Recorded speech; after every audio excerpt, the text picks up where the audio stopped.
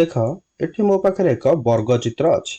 जदि ही वर्गचित्र को मु समान 9 भागरे भाग करिवि एवं गोटिए भाग को मु रंग करिवि ताहेले मु संपूर्ण वर्गचित्रर केते अंश को रंग कली। संपूर्ण वर्गचित्र को मु समान 9 भागरे भाग करथिली एवं गोटिए भाग को मु रंग कली। अर्थात मु संपूर्ण वर्गचित्रर 1 विभक्तक 9 अंश को रंग कली। तेबे ही रंग करथिबा अंशटी होउची मोर 1 विभक्तक 9। जदि मु एही भली आउ 3 भाग को रंग करिवि ताहेले प्रत्येक 1 विभक्तक 9 हेबे। ताहले मु संपूर्ण वर्गचित्रर केते अंश को रंग कली। संपूर्ण वर्गचित्र को मु समान 9 भागरे भाग करथिली एवं एहार 4 अंश को मु रंग कली। अर्थात मु संपूर्ण वर्गचित्रर 4 विभक्तक 9 अंश को रंग कली। वर्तमान मो पाखरे एक आयत चित्र अछि।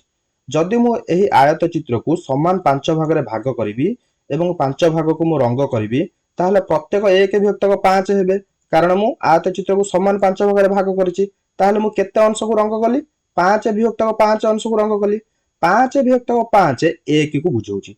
1 अर्थात संपूर्ण आयत चित्र। अर्थात मु संपूर्ण आयत चित्र को रंग कली। यहाँ पर मो पाखरे 4टी चित्र अछि। प्रथम चित्र को देख।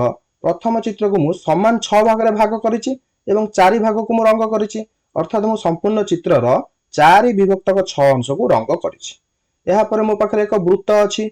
एही वृत्त को मु समान 5 भागरे भाग करिछि एवं 4 भाग को मु रंग करिछि। अर्थात मु संपूर्ण वृत्तर 4 विभक्तक 5 अंश को मु रंग करिछि। यहाँ पर मो पाखरे गोटे त्रिभुज अछि। एही त्रिभुज को मु समान 2 भागरे भाग करिछि एवं 2 भाग को रंग करिछि। 2 विभक्तक 2 अंश को रंग करिछि। 2 विभक्तक 2 होउछि 1।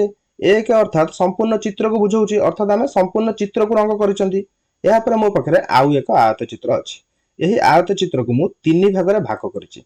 3 भागरु 2 भाग को मु नाली रंग देइछि एवं गोटे भाग को मु हळदिया रंग देइछि।